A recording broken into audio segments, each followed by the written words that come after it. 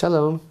This Shabbat is called Shabbat Hagadol, the Great Sabbath, which is the name given to the Sabbath immediately prior to Passover.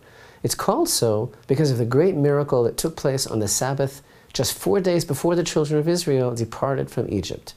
Back in Exodus chapter 12 and verse 3, God told Moses and Aaron, "Speak to the entire assembly of Israel, saying, on the 10th of this month," that was a Sabbath that year, "they shall take for themselves each man a lamb or kid for each father's house." And when the Egyptians asked them what they were doing, the Israelites told them, "Well, what does it look like? We are fulfilling God's commandment, taking this lamb and holding it until the 14th of the month, preparing it to be slaughtered as the Passover offering in just another 4 days." And the Egyptians, even though they were confronted with the Jews planning to slaughter that which they worshipped in idolatry, they could do nothing to stop them. They were rendered totally impotent. That's what happens, that's the power that the Jewish people wield when they unabashedly follow God's command. So this Shabbat is a time of miracles, ushering in the season of miracles, which is what this month of Nisan is really all about, and what Passover is really all about. So we can expect them in our lives as well if we are ready. This week we are reading the second Torah portion of Sefer Vayikra, the book of Leviticus, Parshat Tzav. The Torah portion of Tzav, as well as last week's Torah portion of Parshat Vayikra, deal with the korbanot, the temple offerings. The different types of offerings described are brought according to various situations, some of them as atonement for sin, such as Asham, the guilt offering, or Chatat, the sin offering. Although, please note once again, sin offerings only atone for unintentional sins and only accomplish their goal if the bringer of the korban has a deep and serious sense of remorse and regret for his actions as he brings his offering. The offering alone does nothing without the transformation of the person.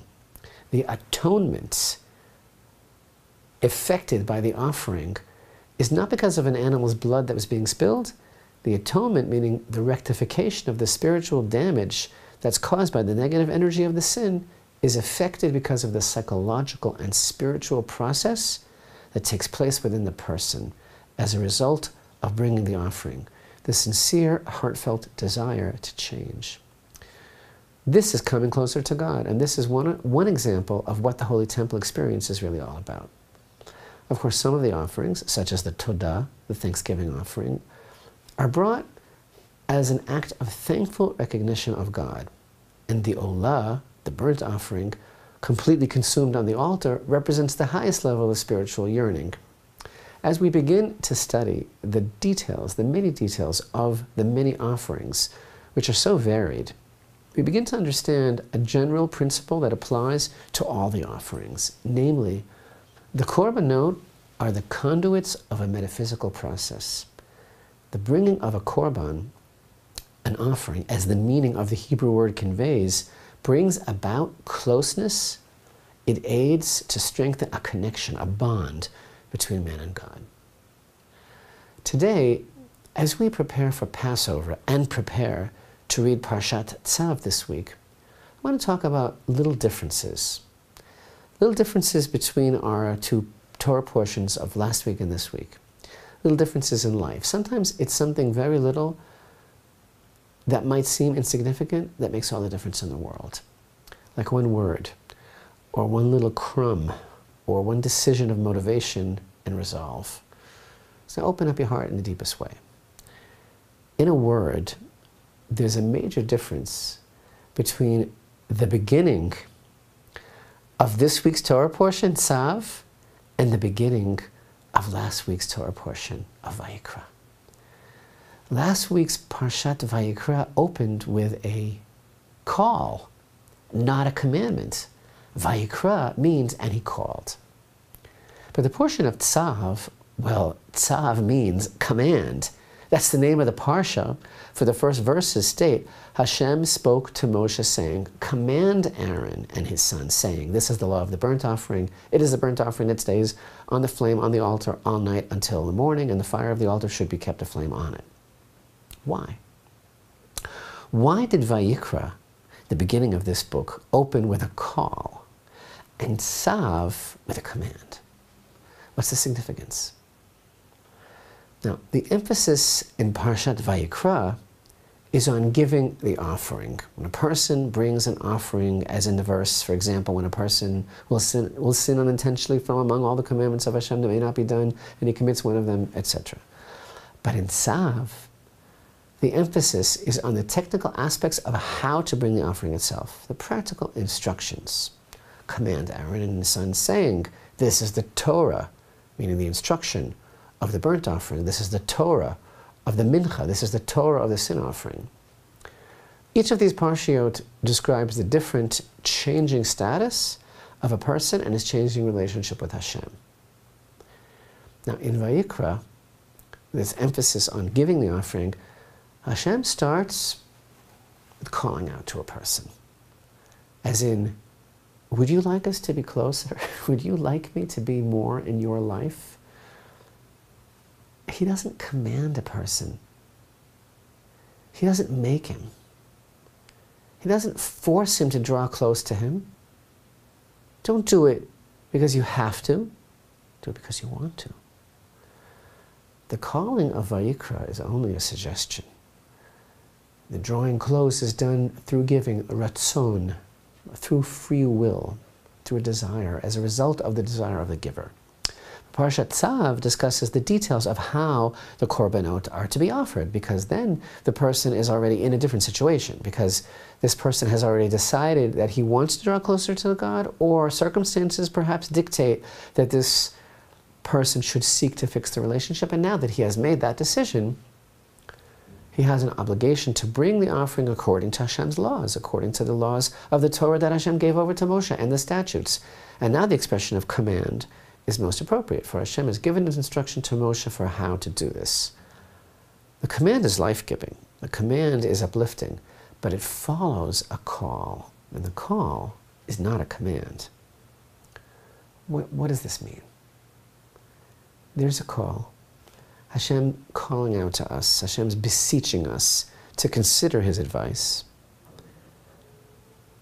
which precedes the command. The command is holy, and the details of how to fulfill it are Hashem's will. But first comes the call, which is about the individual's ratzon, his desire to come close.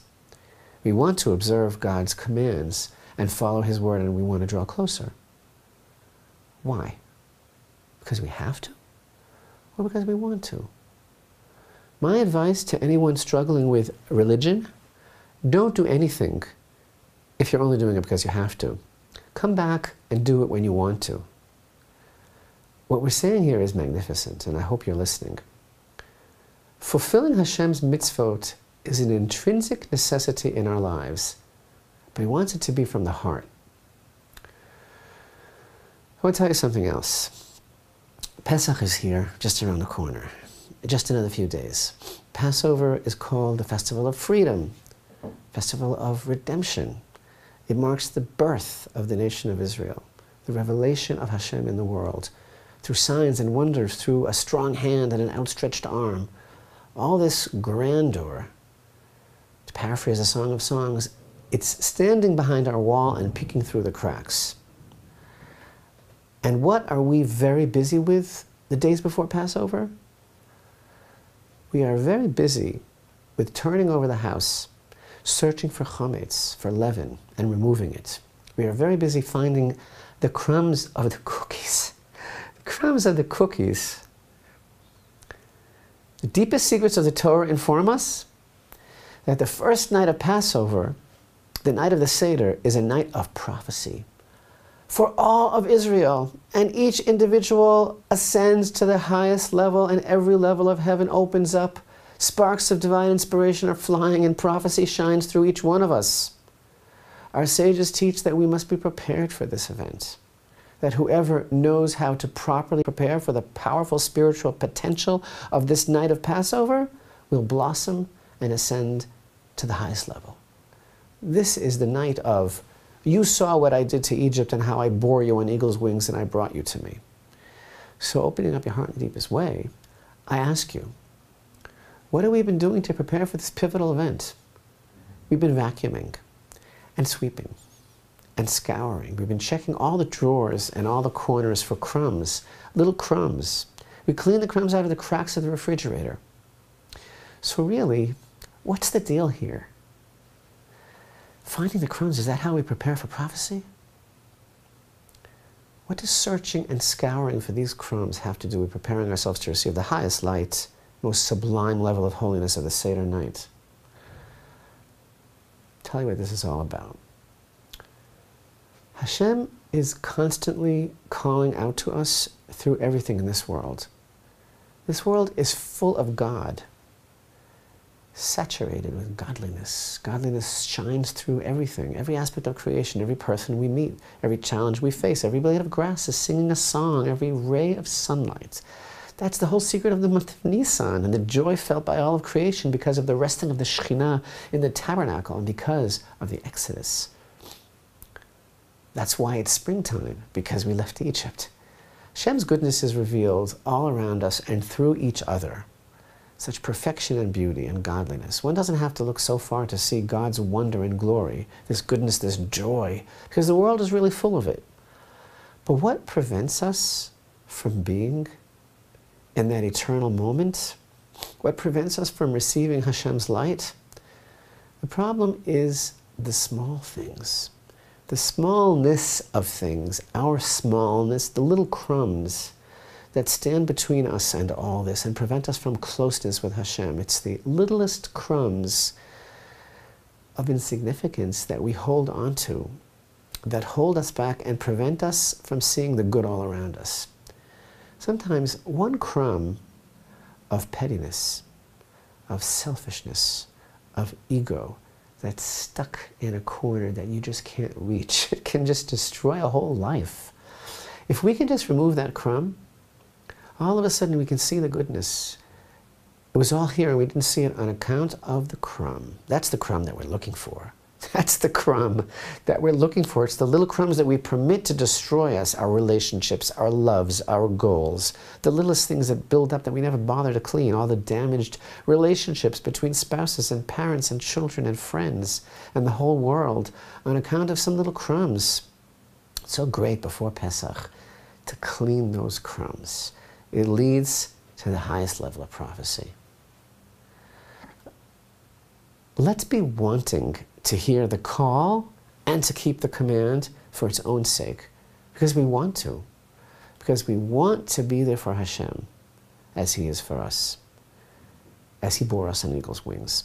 Let's prepare for the great miracles of Nisan and open up our hearts to receive the great light of redemption and freedom. And you know what?